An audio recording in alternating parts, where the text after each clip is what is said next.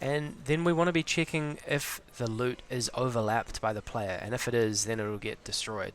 And it'll tell the player, hey, I've collected some loot. So the player can then do something like increase its points. But how are we going to check if we're overlapped by the player? Well, we need to save the player as a variable. Now, remember, we're doing this when created, because we want these new copies of coins to be able to target the player. The only tricky thing about that is the original coin, when it's created, it may get created before the player gets created. And if it tries to target the player that doesn't yet exist, it'll give us an error.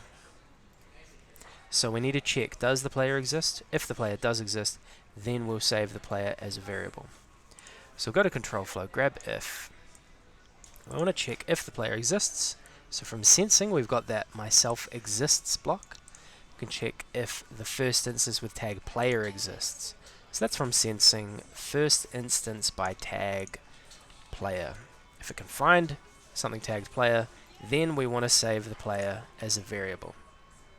Let's go to properties, instance player. I'm going to set the player to the first instance by tag player. We also want the player to be targeted by the original coin, so we'll use when the level starts for that.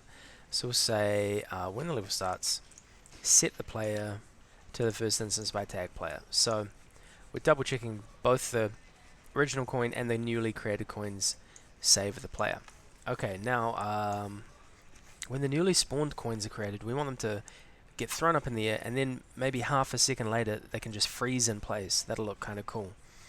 So underneath all of this, when created stuff, we will add a time delay block. So go to control flow.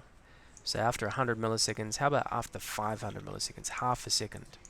After half a second passes, we'll set collectible to true, or able to be collected. We'll set that to true.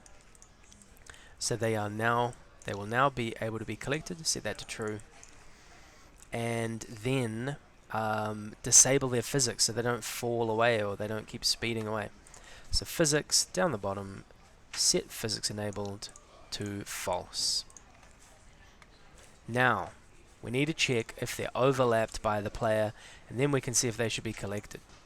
So constantly, if I'm overlapping the player, remember that's from sensing, myself overlaps toucher. We don't want to overlap the toucher, we want to overlap the player.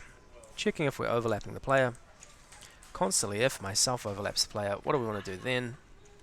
We want to make sure that it can be collected. Am I able to be collected? So on the if block from control flow, then we want to say if I am able to be collected, so that's from variables.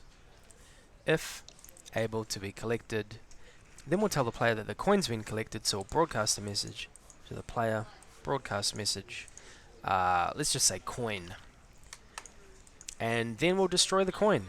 Don't need it hanging around anymore, so control flow, destroy the coin, destroy myself. Last thing we'll need to do is make the player receive that message, but before we go to that, let's just see if we can collect those coins. So there's our chest, bam, all the coins come out, and then we can collect them. Very nice.